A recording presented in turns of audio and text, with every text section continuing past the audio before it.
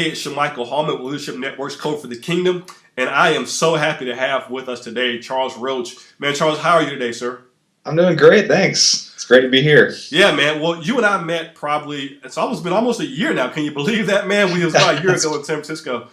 Time is flown. Yeah, and man, there were some apps that I saw there over the course of the weekend. When I looked at them, I said, man, this right here has the potential to completely alter the way that the church does business in some particular category. And I feel like what you accomplished that weekend and what you've worked on since then is definitely one of those things. So can you tell us a little bit about Scriptive? Absolutely. Yeah, my pleasure. So Scriptive is basically a way to intuitively pinpoint your circumstances and emotions and then recommend scripture perfect for that moment in time. So it kind of really helps to connect scripture with your daily life. That's great. Connecting scripture with life, man. Now, one of the things that I love about you, man, is that you have this really cool, unique story behind how Scriptive came about. Can you share that with us, man? Yeah, absolutely. It is a little bit heavy, though, at some level. Yeah. So it was 6 years ago now. So I became more disconnected from the Bible, just more and more throughout my 20s. So like the daily temptations and challenges after college, when I began my career, first job, out of college, and when I actually got married, it eventually overwhelmed me because I was just disconnected, just slowly. It didn't happen overnight. It just kind of was like I got busy and life just threw a bunch at me, and I didn't think that the Bible really had as much applicable things to just, like I'm driving at work and I'm in traffic, like what does the Bible have to say about that? And so without this daily source of godly perspective, my character really started to erode over time. And it got so bad that my wife left me, unfortunately, after about a year and a half of being married. And that was a huge blow of humility. I mean, it just, put me on my knees. I was, a leader at some level, and in the town, at my job, and at my church. And having your wife leave you, especially in the culture that I was, in, was it was pretty much like my life was over. Mm-hmm. But God is a God of so much love. He was very gracious in giving me a fulfilling life again as I started to, read Scripture again and just seek Him. And the encouragement of just some great friends and daily Bible interaction really helped to form this vision of like how I can get Scripture in my heart at any time of the day. And it was really just kind of like it didn't exist, and I really just wanted this for myself. So it didn't really start from this big like I want to build this organization and all that kind of stuff. This just didn't start there. It just was a fun app that would help me out, when I would come home and the house is lonely, and what Scripture really helps out with loneliness. And you can do a Google search or look in a concordance for Scripture that has to do with loneliness. But I've found that most of the time, it only reveals Scripture that actually has the word lonely inside the Scripture. And it depends on the Bible version too, whether, lonely or that keyword that I'm trying to search will depend. So what I was able to do is start finding verses that would help me or give me encouragement when I'm lonely, that doesn't necessarily have to have the word lonely in the verse. And so I found that, I built this big list just for myself, and some friends said, hey, can I use that too? And it just grew from there, and I was like, wow, let's build a little app around this. So my first app was an Excel spreadsheet. It did work very well. Yeah. And so I had to get a little more serious in order for this to work well. But that's kind of the history behind it. And so far it's been really fun to pull this app up on the web. It's it's a website right now. We had to do it on build the app on the web first, just because it was cheaper and easier to to do some R&D to figure out, how it's going to work, how all our algorithms and, data models are going to work together to make sure that these verse recommendations that we give at any given time of the day for what you're experiencing, that they're going to be actually accurate and helpful, theologically, as well as applicable. So that was first, and then recently we've been doing an iPhone app, which has been really exciting. We're about a month away now from launching it, and we've had a lot of hurdles over this past year developing this technology and developing the app, and but we're very, very close now to being able to get it into the hands of a lot of people out there. That's great, man, and I know that's going to be a really life-changing event when that happens, and we're certainly praying that everything goes smooth in that. Can you talk a little bit more about, you mentioned making sure that the right scripture or scriptures kind of come up to fit your particular situation. Can you give us a little bit more, without getting too technical, how that process actually works? Sure, I'll try to be simple. I sometimes can get a bit technical. I understand that, man. I apologize in advance. So we have a balance between crowdsourcing or crowd wisdom and like actual recommendations from trusted users. Gotcha. And so trusted user recommendations are kind of like guardrails for crowdsourcing in a sense. And we found that most of the time crowdsourcing is a pretty accurate way of displaying truth. Whether it's just like, did the Braves win the World Series? Crowdsourcing is going to say, okay, yes. And so from a historical context, crowdsourcing is something you can definitely depend on. Gotcha. So when you're analyzing something like the Bible, of course, crowd wisdom can also be very helpful because the crowd knows, what they're experiencing more than just a theologian or pastor could ever know about an individual's heart. Like, I'm feeling, inadequate today. Like, as much as you know about the Bible, it's very, very difficult to really get, unless you have a relationship with this person, unless you've been in some sort of a counseling type of thing with this person. It's very difficult to see who they are from just what they search or type in.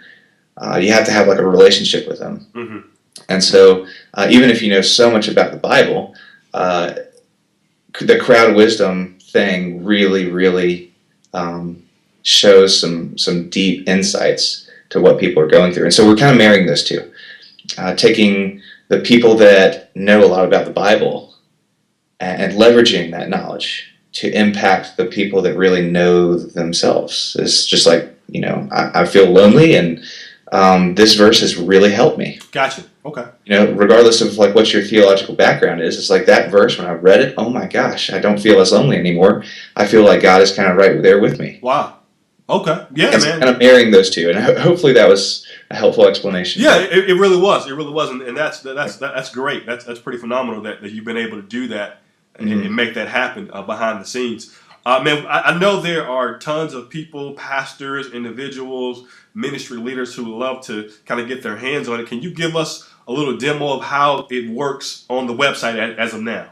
Yes, and I would love to give a demo on my phone too. Okay, certainly. Hope that this pulls up right from my phone, but I'll log into both at the same time for you. Okay. All right. And do a little demo. Okay, so first the web, and then we can go to the phone. So if you go to the web, the first question is pretty easy to ask. It's just, how are you? Mm-hmm. It's a slide bar. It's kind of like when you go to the doctor, if you're experiencing any pain, you're like, how bad is the pain? 0 to 10. Right. This is actually you can say, okay, I'm not feeling any pain. I'm feeling actually really good. So there's, the positive side of things. You can drag the slide bar all the way to great. or I'm just doing okay, or it's been not the greatest day, or this has been a terrible day. So drag it kind of wherever you feel, and then when you hit next, it gives you an option to do to say like the context behind why you feel this way. And I can put in an example. I got in a car wreck, a pretty bad one. It totaled my car, so it was about it was like a month ago now.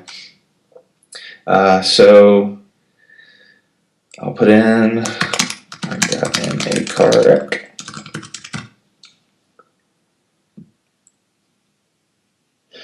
And so what it does now is behind the scenes, it's really cool that it shows you all these great, like it narrows down over 100 different emotions, and then it looks into a synonym model of more than 4,000 words that describe emotion. Wow. Kind of recommends the emotion that you're probably experiencing based on what you just typed in. So like I'm feeling pretty terrible because I got in a car wreck. So these are the emotions that you would probably feel. Mm-hmm. And the more people use it, it gets more accurate. So that's kind of a fun thing. Gotcha. About it. So I'm just going to put in like I feel anxious, worried, and stressed. That was exactly what I felt. So what it does is it searches a ton Bible verses all out there, and it gives you some pretty relevant ones that don't have to do with car wreck or anxious or whatever. So it's like I can do all things through him who strengthens me. Like that's actually a pretty good verse for car wreck because I was dealing with insurance and that was kind of the context behind it. Wow. Okay. And then this is a good one, Romans 8:28. That's kind of always a good one. Right. Casting all your anxiety on him because he cares for you. For this reason, I say to you, do not be worried about your life, what you will eat, what you will drink. Wow. That's a pretty good one. Yeah. Now, pray to the Lord, trust also in him, he will do it. Those kind of things. Yeah. Wow, that's awesome. And then another fun, a couple tools that we've developed is you can kind of read context, but this memorization tool is really fun. So you can test your memory as you slide this bar. Oh, wow. Yeah. So like casting all your anxiety on him because he cares for you. So like I can test myself and oops, I forgot this word, but you just click it and kind of a memory test kind of thing. And it's really fun too. So like when you're experiencing these circumstances and going through these emotions, this is deeply personal. And to be able to be presented with a verse that's highly relevant for that period of time actually gives you kind of a leg up on being able to memorize this because it's kind of like in your best interest. So that's kind of another little fun feature that we've found that a lot of people like. Gotcha. Okay. Yeah. And so, phone, I'm not sure if you can see my screen very well. Yeah, I can see it now. You may want to just maybe go back to the maybe take it off the screen sharing there. Sounds good. It'll give us a full screen. We can check it out there. There we go. Great. Yeah. All right. So this is kind of the iPhone app. Okay. You can kind of say how are you with this little slide bar kind of thing. Okay. And then next, and it gives you a way to put in context, but you can actually skip that. And what it'll do is it'll pull up emotions, but there are pictures associated with it. Oh, wow. So you can choose like, I'm just going to choose some random ones because I can't really see it. Okay. All right, and then we'll get the next there. And then next, and then it'll do its thinking, and there are the scriptures. Yep. Oh, wow. So, pretty sweet. Yeah, man, that's awesome. So you'll be able to like share it and do memorization through the phone too. So, but we're finding that actually when you're dealing with these kind of things, it's a no-brainer, right? That you have your phone on you more than likely. Right. Certainly. And so you're not going to go home to your computer to look up these things. So it's kind of a more of a getting the technology built, ready, working on the web first, and then porting to mobile. Yeah, that's cool. I think I saw a recent survey that said about 82% of millennials go to sleep with their phone. Yeah. So I think the mobile app is probably going to be very well received, man.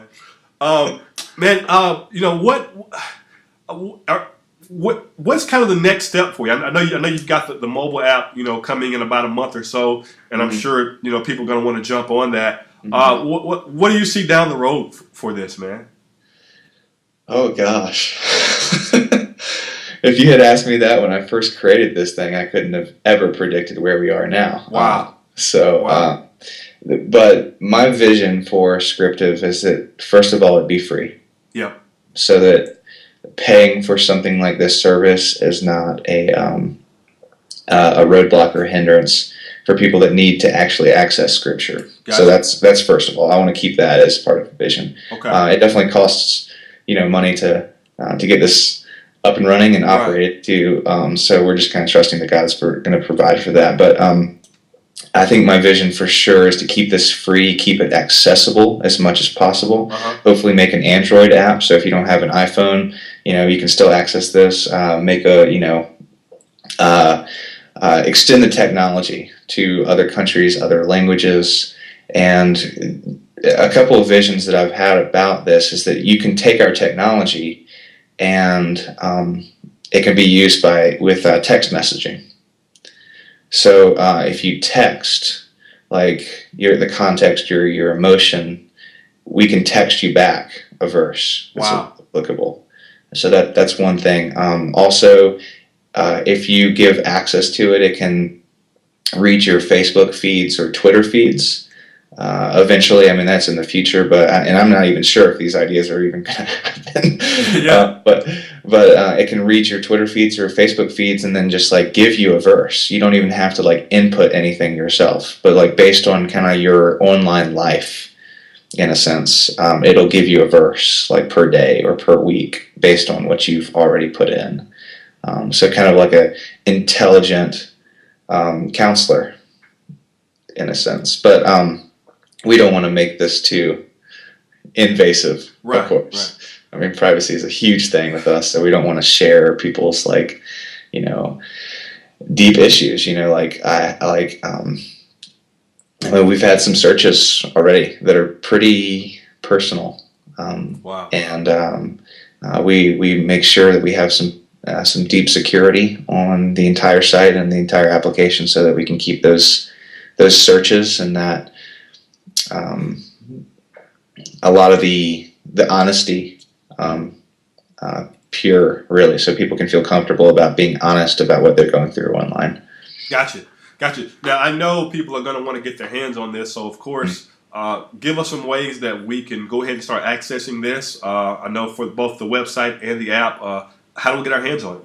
Yeah, right now, go to scriptive.org, scriptive.org. And the more you use it, the more it'll get accurate. The more accurate it'll be. Gotcha. That's kind of the nature of our technology. Okay.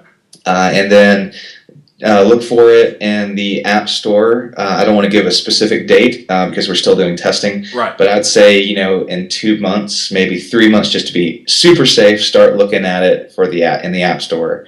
Depends on when Apple approves. Right. Of course. We know how that can be sometimes. Yeah. But I'd say, in 2 or 3 months, start looking for it on the App Store and just go to our website. We'll probably have some information on where you can download it. Okay.